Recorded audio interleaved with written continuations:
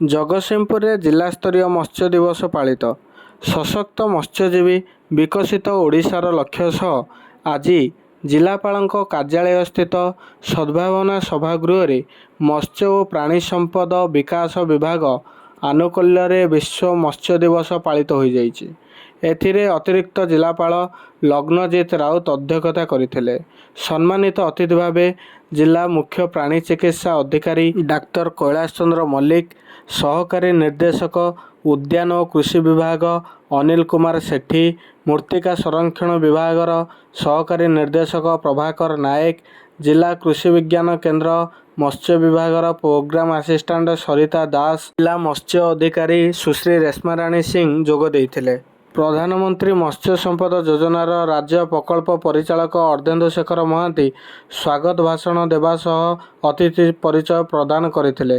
ଶେଷରେ ଧନ୍ୟବାଦ ଅର୍ପଣ କରିଥିଲେ। ଏଥିସହ ସଫଳ ପଞ୍ଚାୟତ ପୋଖରୀ ମତ୍ସ୍ୟ ଚାଷୀ ଭାବେ ରଘୁନାଥପୁର ବ୍ଲକର ବାବା ଗତେଶ୍ୱର ମହିଳା ସ୍ୱୟଂ ସହାୟିକା ଗୋଷ୍ଠୀ, ମଧୁର ଜଳ ମତ୍ସ୍ୟ ପୋଖରୀ ଯୋଜନାର ବିରିଡ଼ି ବ୍ଲକ ସୁରେଶ ଚନ୍ଦ୍ର ରାୟ, ବାୟୋଫ୍ଲକ ପାଇଁ ନାଉଗାଁ ବ୍ଲକର ମନୋଜ କୁମାର ପରିଡ଼ା ଏବଂ ଖାର ଜଳରେ ଭେନାମୀ କଲଚର ଦ୍ୱାରା ଶ୍ବେତ ଚିଙ୍ଗୁଡ଼ି ପାଳନ ପାଇଁ ଏରସମା ବ୍ଲକର ସେଫ୍ ଲତିଫଙ୍କୁ ଅତିଥିମାନଙ୍କ ଦ୍ୱାରା ପୁରସ୍କୃତ କରାଯାଇଥିଲା। ଆଜି ଜିଲ୍ଲାରେ ଜିଲ୍ଲାସ୍ତରୀୟ ବିଶ୍ୱ ମତ୍ସ୍ୟ ଦିବସ ପାଳିତ ହୋଇଛି। ଆଉ ଆମର ଏଇ ଯେଉଁ ମତ୍ସ୍ୟ ଦିବସଟି ପ୍ରତିବର୍ଷ ନଭେମ୍ବର 21 ତାରିଖ ଦିନ ଆମେ ପାଳନ କରୁଛୁ, ଯାହାକି ସମଗ୍ର ବିଶ୍ୱରେ ହେଉଛି। ଆଜି ଜିଲ୍ଲା ସ୍ତରୀୟରେ ଆମର ସଦ୍ଭାବନା ହଲ୍ କଲେକ୍ଟ୍ରେଟ୍ରେ ଏଇ ଦିବସ ପାଳନ କରାଯାଇଥିଲା, ଯେଉଁଥିରେ କି ମୁଖ୍ୟ ଅତିଥି ଭାବରେ ଏଡିଏମ୍ ଆମ ଜଗତସିଂହପୁର, ତା ସହିତ CDPO, CDAO, ADH ଏବଂ ସଏଲ୍ କନଜରଭେସନ୍ ଡିପାର୍ଟମେଣ୍ଟ ଏବଂ କେଭିକେ ଜଡ଼ିତ ହୋଇକି ରହିଥିଲେ। ଆଜିର ମତ୍ସ୍ୟ ଦିବସ ପାଳନରେ ଆମେ ଜିଲ୍ଲାରୁ ମତ୍ସ୍ୟଜୀବୀ, ମତ୍ସ୍ୟ ଚାଷୀ ଆଉ ସାମୁଦ୍ରିକ ଫିସରମେନ୍ ଏବଂ କୋଅପରେଟିଭ ସୋସାଇଟିର ମେମ୍ବର୍ସ ମାନେ ଉପସ୍ଥିତ ଥିଲେ। ଆମର ଅତିଥି ବୃନ୍ଦମାନେ ତାଙ୍କୁ ଆମର ମତ୍ସ୍ୟର କେମିତି ମତ୍ସ୍ୟ ଚାଷ ଏବଂ ମତ୍ସ୍ୟଜୀବୀମାନଙ୍କର ଜୀବିକା କେମିତି ନିର୍ବାହ ହୋଇପାରିବ ଏବଂ ତାଙ୍କର ସୁରକ୍ଷିତ କେମିତି ରହିବ ତାଙ୍କ ଜୀବିକା, ତା ବିଷୟରେ ଆଜି ବୁଝାଇଛନ୍ତି।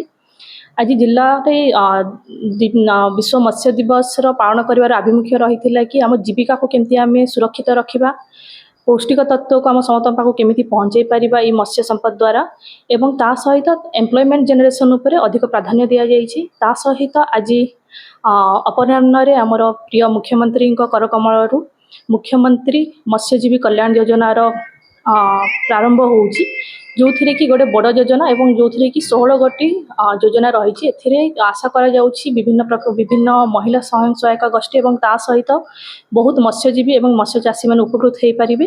ଆଉ ଏଇ ଲକ୍ଷ୍ୟ ରଖିକି ଆମର ମତ୍ସ୍ୟଜୀବୀ ଏବଂ ମାଛ ଚାଷୀମାନଙ୍କର କେମିତି ଅଗ୍ରଗତି ରହିବ, ଏହା ସହିତ ଆଜି ଦିବସର ଆଭିମୁଖ୍ୟ ରହିଥିଲା ଏବଂ ଲକ୍ଷ୍ୟ ରହିଥିଲା। ଏହା ସହିତ ଏହା ଆଜି ସମାପ୍ତ କରାଯାଇଥିଲା। ମୁଁ ଅର୍ଦ୍ଧେନ୍ଦୁ ଶେଖର ମହାନ୍ତି, ରାଜ୍ୟ ମୁଖ୍ୟ ପରିଚାଳକ ମତ୍ସ୍ୟ ନିର୍ଦ୍ଦେଶାଳୟ ଓଡ଼ିଶା କଟକ। ଆଜି ନଭେମ୍ବର 21, 2023 ଏହି ଦିବସଟିକୁ ରୂପେ ଆମେ ବିଶ୍ୱ ମତ୍ସ୍ୟ ପାଳନ ଦିବସ ରୂପେ ଆମେ ପ୍ରତିବର୍ଷ ପାଳନ କରିଆସୁଛୁ। ମତ୍ସ୍ୟ ଦୁନିଆ, ମତ୍ସ୍ୟ ବିଜ୍ଞାନ, ମତ୍ସ୍ୟ ଗବେଷଣା, ମତ୍ସ୍ୟ ଉତ୍ପାଦନରେ ଏକ ଅଭିବୃଦ୍ଧି ଆଣିବା ପାଇଁ, କୃଷକ ସମାଜକୁ ସଚେତନ କରିବା ପାଇଁ, ଏକ ନୀଳ ବିପ୍ଳବର ମୁଖ୍ୟ ସେନାପତି କୃଷକ ସମାଜକୁ ସମ୍ମାନିତ କରିବା ପାଇଁ ଶୁଭେଚ୍ଛାର ସହ ଏହି ଦିବସଟିକୁ ଆମେ ପାଳନ କରିଥାଉ।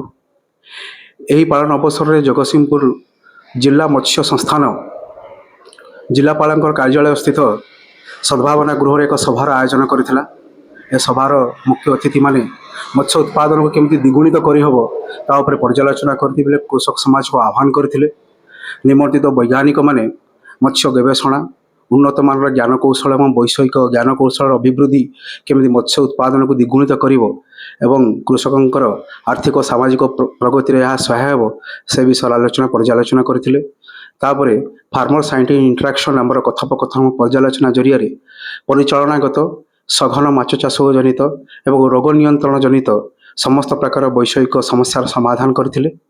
ଏଥିସହିତ ବିଭିନ୍ନ ପରିଯୋଜନା ଯୋଜନା ଗୁଡ଼ିକର ଆଲୋଚନା ଏବଂ ପର୍ଯ୍ୟାଲୋଚନା ଜିଲ୍ଲା ମତ୍ସ୍ୟ ଅଧିକାରୀଙ୍କ ଦ୍ୱାରା ପର୍ଯ୍ୟବେକ୍ଷଣ ହୋଇଥିଲା ଏବଂ ଟେକ୍ନିକାଲ ସେସନ୍ ପରେ ଏହି ସଭା ସାଙ୍ଗ କରାଯାଇଥିଲା।